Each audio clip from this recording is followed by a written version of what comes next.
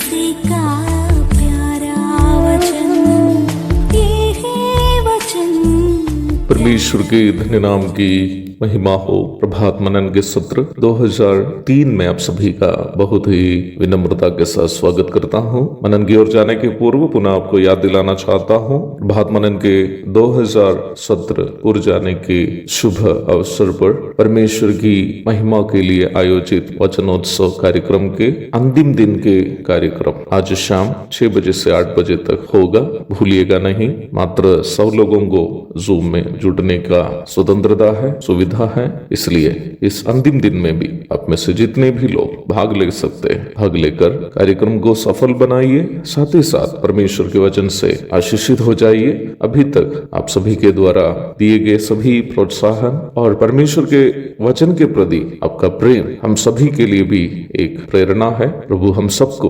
परमेश्वर के वचन में बढ़ने के लिए मदद और सहायता करें। आइए हम पढ़ते हैं इब्रानियों की पत्री अध्याय 10 पद 15 से 18 तक। और पवित्र आत्मा भी हमें यही गवाही देता है, क्योंकि उसने पहले कहा था, प्रभु कहता है कि जो वाचा मैं उन दिनों के बाद उनसे बांधूंगा वह यह है कि मैं अपने नियमों को उनके हृदय पर लिखूंगा और मैं उनके विवेक में डालूंगा। फिर वो ये कहता है, मैं उनके पापों को और उनके अधर्म के कामों को फिर कभी स्मरण न करूंगा, और जब इनकी क्षमा हो गई है तो फिर पाप का बलिदान नहीं रहा। कल हम पढ़े हुए भाग से मनन करते समय हमारा उद्धार में परमेश्वर के तीनों व्यक्तित्वों की एकत्रित सहभागिता अथवा कलेक्टिव पार्टिसिपेशन पर मनन किए थे। इस भाग की एक भूमिका के रूप में मैं निम्न बात को आपको बता रहा था। हम ये भी कल देखे थे कि 16 एवं 17वीं आयतें यिर्मयाह नबी की पुस्तक से लिया गया उदाहरण है। इस्राएल के लिए परमेश्वर न्याय व्यवस्था को पत्थर के पट्टियों पर लिख कर दिया था। उन पत्थर के पट्टियों को पढ़े हुए भाग में लेखक प्रतीकात्मक वस्तुओं के रूप में पाठकों के सामने प्रस्तुत कर रहा है। पत्थर के पट्टियों पर लिख कर दी गई व्यवस्थाओं के आधारित इस्राएल के साथ एक आत्मिक संबंध बनाने का परमेश्वर की कोशिश इस्राएलियों के दुर्बलता के कारण केवल कोई निर्जीव वस्तुओं पर आलेख किए गए रीति रिवाजों में ही सीमित रह गए। वे कभी भी इस्राएलियों के जीवन में परमेश्वर के साथ एक गहरा आत्मिक संबंध बनाने में पूर्णता कामयाब नहीं हुआ। यह बात सच है कि इस्राएलियों में कई ऐसे व्यक्ति अथवा इंडिविजुअल्स थे जो परमेश्वर के साथ एक गहरा आत्मिक संबंध बनाने में सफल हुए, जैसे मूसा, यहोशू, दाऊद, दानियल इत्यादि कुछ लोग। परंतु एक राष्ट्र के रूप में इस्राएल को जब हम लेते हैं, वे लोग न्याय व्यवस्था का अध्ययन करके परमेश्वर के साथ एक व्यक्तिगत आत्मिक संबंध बनाने में पराजित हो गए। इसकी वजह यह थी कि परमेश्वर के द्वारा उनको जितनी भी विधि व्यवस्थाएं दी गई थी, उसके पीछे के ईश्वरीय मनसा को पहचानने में वे लोग विफल हो गए थे। जैसे जैसे समय बीतते गए, इन विधि व्यवस्थाएं जो परमेश्वर ने उनको दिया था, वे उनके लिए केवल कुछ रीति रिवाजों में अथवा रिचुअल्स में सिमट गए। तब परमेश्वर यिर्मयाह नबी के द्वारा उनको ये वचन पहुंचाया कि उन दिनों के बाद अर्थात व्यवस्था के युग के बाद अपने नियमों को पत्थर के पट्टियों पर नहीं बल्कि हृदय के पट्टियों पर परमेश्वर लिख कर देंगे।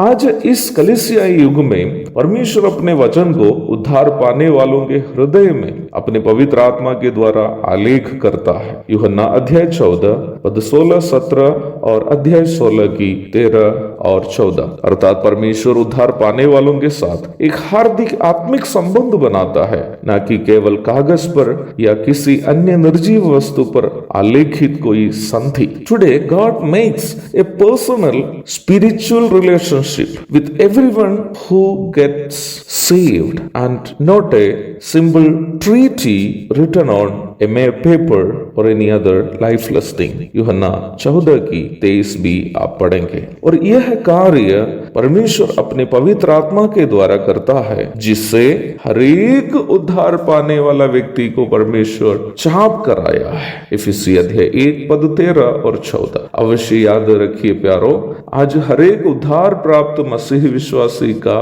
परमेश्वर के साथ का संबंध हार्दिक, मानसिक तथा आत्मिक है, ना कि केवल पत्थर या कागज के टुकड़ों पर लिखी गई कोई संधि। हमें इसलिए ही आत्मिक जिम्मेदारियों को एक रीति रिवाज के रूप में नहीं, परंतु परमेश्वर के साथ हमारा गहरा आत्मिक अथवा व्यक्तिगत संबंध से प्रेरित होकर निभाना चाहिए। एक और शुभ दिन की धन्य कामनाओं के साथ आज का मनन मैं यहाँ समाप्त करता हूँ। प्रभु आप सबको आशीष दे। आमीन।